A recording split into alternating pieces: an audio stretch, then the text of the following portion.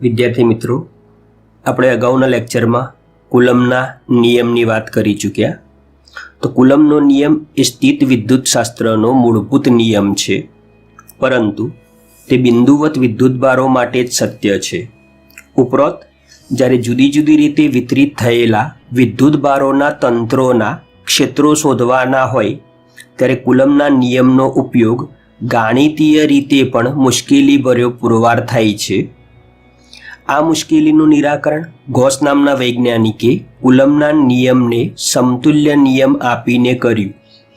જે નિયમ સમમિતિ ધરાવતા વિદ્યુતભારોના તંત્રથી કોઈ બિંદુ પાસે ઉદ્ભવતું વિદ્યુત ક્ષેત્ર સરળ ગણતરીઓ દ્વારા શોધવા માટે વધુ ઉપયોગી પુરવાર થયો. ગોસનો નિયમ વિદ્યુત ફ્લક્સના સંદર્ભમાં છે. તો પ્રથમ આપણે ફ્લક્સ સમજી લઈએ. ફ્લક્સના કોન્સેપ્ટની જરૂર આપણને પ્રકરણ 6માં પણ પડવાની જ છે, માટે ફ્લક્સને વિગતે સમજી લેવું અગત્યનું છે. આમ તો ફ્લક્સ એ એક ગાણિતીય સંકલ્પના જ છે, જેના વડે ક્ષેત્રોને તેમના પ્રાપ્તિ સ્થાન સાથે સોંકળી શકાય છે. ફ્લક્સ શબ્દનો ઉલ્લેખ તરલ મિકેનિક્સમાં સાતત્યના સમીકરણમાં આપણે કરી ચૂક્યા છીએ.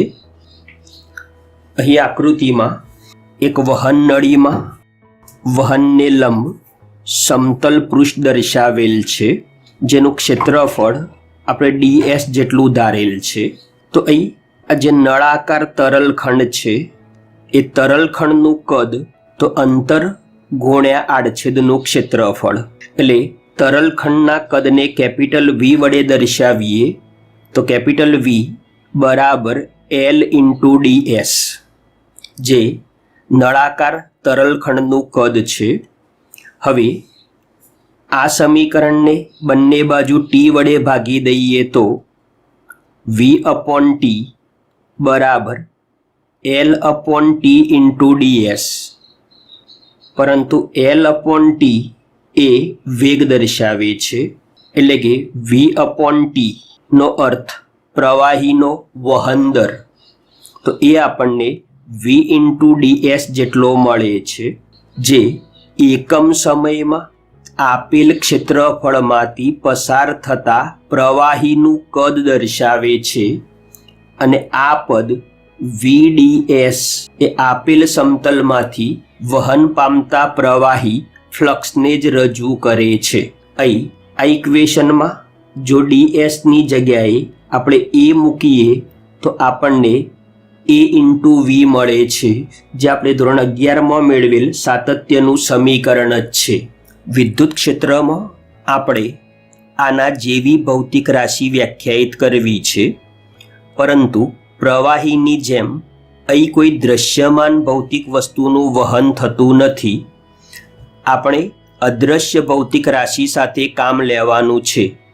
આપણા ટોપિકની નજીક જવા આપણે ફ્લક્સ માટે જનરલી ઉપયોગમાં લેવાતી વ્યાખ્યા જાણી લઈએ કે ફ્લક્સ એ ક્ષેત્રમાં મૂકેલા પૃષ્ઠ સાથે સંકળાયેલ ક્ષેત્રરેખાઓની સંખ્યા છે.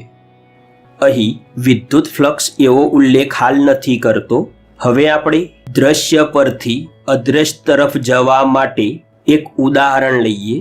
તમે ટોર્ચ અથવા શાવરનો વિચાર કરી શકો. આપણે ટોર્ચનું ઉદાહરણ લઈએ. અહીં આકૃતિમાં દર્શાવ્યા પ્રમાણે જેનું સમતલ ટોર્ચના પ્રકાશને લંબ હોય એવી એક રિંગ વિચારીએ. તો જનરલ વ્યાખ્યા અનુસાર આ રિંગના આડછેદ સાથે સંકળાયેલ પ્રકાશના કિરણોની સંખ્યાને તે રિંગ સાથે સંકળાયેલ ફ્લક્સ કહી શકાય. હવે ટોર્ચથી જુદા જુદા અંતરે ટોર્ચના પ્રકાશને લંબ સમતલ હોય તે રીતે રહેલી બે સમાન આડછેદ ધરાવતી રીંગો x અને y ધ્યાનમાં લઈએ. તો આકૃતિ પરથી આપણે જોઈ શકીએ છીએ કે રિંગ xમાંથી પસાર થતા પ્રકાશના કિરણોની સંખ્યા રિંગ y કરતો વધારે હશે. એટલે રિંગ x સાથે સંકળાયેલ ફ્લક્સ રિંગ y સાથે સંકળાયેલ ફ્લક્સ કરતો વધારે છે. તો આના ઉપરથી આપણે એવું તારણ કાઢી શકીએ કે કોઈ પણ પૃષ્ઠ કે ક્ષેત્રફળ સાથે સંકળાયેલ ક્ષેત્રરેખાઓની સંખ્યા જેમ વધે એમ ફ્લક્સ વધે છે. એટલે કે ફ્લક્સ એ ક્ષેત્રરેખાઓની સંખ્યા પર આધારિત છે.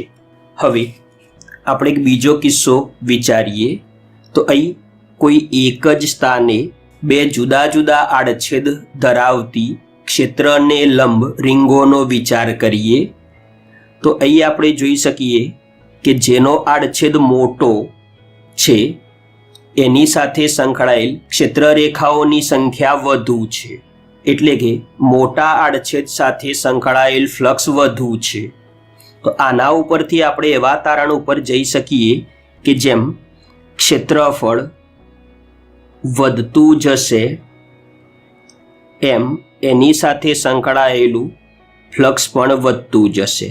એટલે આ બંને કિસ્સા પરથી આપણે એવા તારણ ઉપર આવી શકીએ કે ક્ષેત્રને લંબ મૂકેલ આડછેદ સાથે સંકળાયેલું ફ્લક્સ ક્ષેત્રરેખાઓની સંખ્યા ઘનતા અને આડછેદના ક્ષેત્રફળ પર આધાર રાખે છે.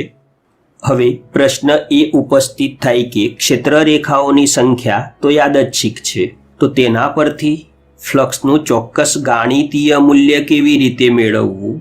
તો મિત્રો, આ વ્યાખ્યા કે જેમાં એવું કહેલું છે કે ફ્લક્સ એક ક્ષેત્રમાં મૂકેલ પૃષ્ઠ સાથે સંકળાયેલ ક્ષેત્રરેખાઓની સંખ્યા છે, તેના પરથી ક્ષેત્રરેખાઓની સાપેક્ષ સંખ્યાના આધારે સાપેક્ષ ફ્લક્સનો અંદાજ મેળવી શકાય છે.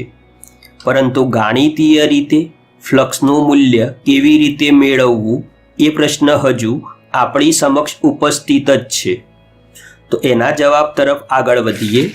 આપણે અગાઉના લેક્ચરમાં જોઈ ગયા કે તીવ્રતાને ક્ષેત્રરેખાઓની સંખ્યા સાથે સંબંધ છે અને અહીં આપણે જોયું કે ફ્લક્સને પણ ક્ષેત્રરેખાઓની સંખ્યા સાથે સંબંધ છે. તો હવે ફ્લક્સને તીવ્રતાના પદમાં મેળવવાનું વિચારીએ તો સંખ્યાના સંદર્ભમાં તીવ્રતા માટે એવું કહી શકાય કે કોઈ બિંદુ પાસેનું ક્ષેત્ર એટલે તે બિંદુ પાસે ક્ષેત્રને લંબરૂપે મૂકેલા એકમ ક્ષેત્રફળવાળા પૃષ્ઠમાંથી પસાર થતી ક્ષેત્રરેખાઓની સંખ્યા. એટલે વિદ્યુત ક્ષેત્રના સંદર્ભમાં આપણે જો ક્ષેત્રફળ એકમ લઈએ તો એકમ ક્ષેત્રફળ સાથે સંકળાયેલ સંખ્યા એટલે કે વિદ્યુત ક્ષેત્રની તીવ્રતા E હોય તો હવે ડેલ્ટા એસ ક્ષેત્રફળ સાથે સંકળાયેલ સંખ્યા એ આપણને E ડેલ્ટા એસ જેટલી મળશે, જે આપેલ પૃષ્ઠ સાથે સંકળાયેલ વિદ્યુત ફ્લક્સ છે, જેને આપણે ફાઈ વડે દર્શાવીશું. હવે ગાણિતીય સ્વરૂપ ફાઈ બરાબર E ડેલ્ટા એસ મેળવી શક્યા. અહીં ઘણી જગ્યાએ પૃષ્ઠ અથવા ક્ષેત્રફળ ને ડેલ્ટા એસને બદલે એ તરીકે પણ દર્શાવવામાં આવે છે. તો તે સંજોગોમાં એનું બીજું સ્વરૂપ ફાઈ બરાબર E ઇન્ટુ એ પણ ઘણી જગ્યાએ આપણને જોવા મળશે. હવે ફ્લક્સ એ અદિશ રાશિ છે અને આપણે અગાઉ વિદ્યુત ક્ષેત્રના ટોપિકમાં જોઈ ગયા કે વિદ્યુત ક્ષેત્રની તીવ્રતાના બે એકમો છે, એક ન્યૂટન પર કુલમ સ્ક્વેર અને બીજો વોલ્ટ પર મીટર. તો એના પરથી અહીં ફ્લક્સના પણ બે એકમ થશે, ન્યૂટન ઇન્ટુ મીટર સ્ક્વેર પર કુલમ સ્ક્વેર અને એનો બીજો એકમ વોલ્ટ ઇન્ટુ મીટર થશે. જ્યારે એનું પારિમાણિક સૂત્ર m1 L3 T-3 A-1 થશે. હવે આપણે મેળવેલું ઇક્વેશન ફાઈ બરાબર E ડેલ્ટા એસ એ ક્ષેત્રરેખાઓ આડછેદને લંબ હોય ત્યારે જ સત્ય છે. એટલે કે ક્ષેત્રરેખાઓ જ્યારે આડછેદને લંબ હશે ત્યારે આ ઇક્વેશનનો ઉપયોગ આપણે કરી શકીશું. પરંતુ જો આડછેદ ક્ષેત્રરેખાઓને લંબ ન હોય તો એ પરિસ્થિતિમાં ડેલ્ટા એસ નો ક્ષેત્રની દિશામાંનો ઘટક ડેલ્ટા એસ કોસ થીટા ધ્યાનમાં લેવો પડે. તો હવે પ્રશ્ન એ ઉપસ્થિત થાય કે ક્ષેત્રફળ એ સદિશ રાશિ છે? તો જવાબ છે હા. આપણે જોઈ ગયા કે ક્ષેત્રફળનું ફક્ત માન જ નહીં પણ નમન પણ મહત્વનું છે. તો સવાલ એ થાય કે એની દિશા કઈ તરફ? તો સમતલને દોરેલ લંબ તે સમતલનું નમન દર્શાવે છે, એટલે આપણે ક્ષેત્રફળ સદિશ એ સમતલને લંબ બહારની તરફ દોરીશું. એ આકૃતિમાં ડેલ્ટા એસ એ ક્ષેત્રફળનું મૂલ્ય દર્શાવે છે, જ્યારે આપેલ સમતલને લંબ બહારની દિશામાં દોરેલ એકમ સદિશ એ ક્ષેત્રફળની દિશા દર્શાવે છે, જેને આપણે આ રીતે રજૂ કરી શકીએ કે સદિશ ડેલ્ટા એસ બરાબર ડેલ્ટા એસ ઇન્ટુ એકમ સદિશ. ઘણી જગ્યાએ ક્ષેત્રફળને એ તરીકે પણ રજૂ કરવામાં આવે છે. હવે અહીં પ્રશ્ન એ ઉપસ્થિત થાય કે આપેલ પૃષ્ઠને લંબ બહારની તરફ ક્ષેત્રફળ અથવા પૃષ્ઠ સદિશ દોરવો. તો હવે આપણે એવું વિચારી શકીએ કે એ લંબરૂપે સદિશ તો આપેલ પૃષ્ઠ માટે બંને બાજુ દોરી શકાય. તો ખરેખર એ કઈ તરફ દોરવો? તો અહીં આકૃતિમાં વિદ્યુત ક્ષેત્ર એ એક દિશામાં બતાવેલું છે. હવે અવલોકનકાર જ્યારે આ બાજુથી અવલોકન લેતો હોય ત્યારે ક્ષેત્રફળ સદિશ આપણે આ તરફ દોરીશું, એટલે એ સંજોગોમાં E અને A વચ્ચેનો ખૂણો થીટા બરાબર 0 અંશ થશે. હવે જો અવલોકન કરતા એ અવલોકન આ તરફથી લેતો હોય તો એ વખતે ક્ષેત્રફળ સદિશ પૃષ્ઠને લંબ બહારની તરફ અવલોકનકાર તરફ દોરીશું. તો એ સંજોગોમાં વિદ્યુત ક્ષેત્રની દિશા સાથે આ ક્ષેત્રફળ સદિશ 180 અંશનો કોણ બનાવશે. હવે જો પૃષ્ઠ બંધ હોય એટલે કે પૃષ્ઠ ઘનફળ ઘેરતું હોય તો ક્ષેત્રફળ સદિશો બંધ પૃષ્ઠમાંથી બહાર આવતી દિશામાં દોરવામાં આવે છે. અહીં આપેલી આકૃતિમાં આપણે અહીં એક પૃષ્ઠ દર્શાવેલ છે જે વિદ્યુત ક્ષેત્રને લંબ નથી. તો એ સંજોગોમાં એનો પૃષ્ઠ અથવા ક્ષેત્રફળ સદિશ એ પૃષ્ઠને લંબ દોરેલ દર્શાવેલ છે, જે વિદ્યુત ક્ષેત્ર E સાથે થીટા કોણે છે. તો આપેલ પૃષ્ઠ અથવા ક્ષેત્રફળ સદિશનો વિદ્યુત ક્ષેત્રની દિશામાંનો ઘટક આપણને ડેલ્ટા એસ કોસ થીટા મળે છે. તો અહીં આ સંજોગોમાં વિદ્યુત ફ્લક્સ ફાઈ બરાબર E into delta S cos theta થશે, જેને આપણે ફ્લક્સ ફાઈ બરાબર સદિશ E ડોટ સદિશ ડેલ્ટા એસ વડે દર્શાવી શકીએ. અથવા જો પૃષ્ઠ અથવા ક્ષેત્રફળ સદિશ માટે સંકેત એ વાપરીએ તો ફ્લક્સ ફાઈ બરાબર સદિશ E ડોટ સદિશ A, એટલે કે ફ્લક્સ એ બે સદિશોનો અદિશ ગુણાકાર છે.